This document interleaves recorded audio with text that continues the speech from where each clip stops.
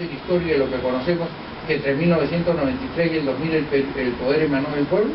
Podemos decir que el Congreso hacía las leyes cuando hemos visto cómo se reunían en la salita del CIN para darle elecciones a los que en ese momento fungían de diputados y se paraban temblorosos en el Congreso a leer el papel que les habían dado.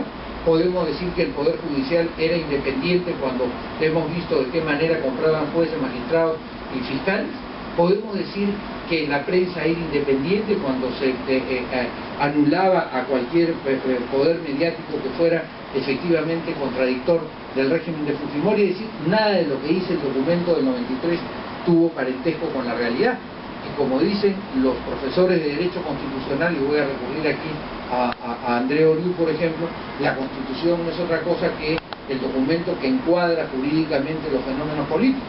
Los fenómenos políticos de verdad que existieron entre el Perú entre el 93 y el 2000 eran encuadrados jurídicamente por ese texto que se llamó Constitución. No.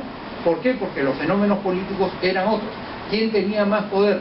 ¿Un señor o un ciudadano que se llamaba Larrabiur, o un ciudadano que se llamaba Espichán, o Vladimiro Montesinos, que no era congresista, que no pertenecía al Congreso? Entonces, el fenómeno político real, ¿quién era? ¿Quién era el titular del poder? Entonces no tiene ningún parentesco.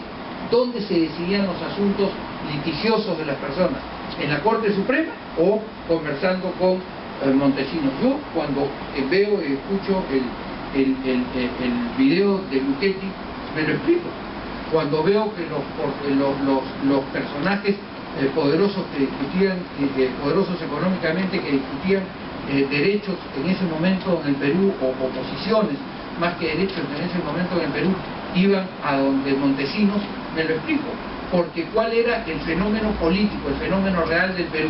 ¿Que esas causas se resolvían en la Corte Suprema o esas causas se resolvían en la salita del CIN? Se resolvían en la salita del CIN, y en consecuencia ellos iban donde tenían que resolver su problema, no podían ir a otra parte porque era engañarse, ¿no es verdad? Entonces, a lo que voy es a que nosotros no podemos, si yo les digo que esta botella de agua de San Mateo es un caballo de carrera, ustedes me dirían que yo soy loco, ¿no es verdad? O sea, no es un caballo de carrera. Un caballo de carrera tiene patas, un caballo de carrera tiene crines, un caballo de carrera corre muy rápido, etc. Si yo les digo que este texto es una constitución y realmente lo confronto con todos los requisitos que establece el derecho para llamar a un documento constitución, ustedes me dirán realmente, o yo tendría derecho a decirles, y tengo el derecho a decirles, porque se los he dicho desde 1993, que este texto no es una constitución, que es tan loco como decir que esto es un caballo de carrera. No tiene nada que ver. ¿Por qué? Porque el documento constitucional limita el poder, y este texto de 1993 al contrario, concentra el poder.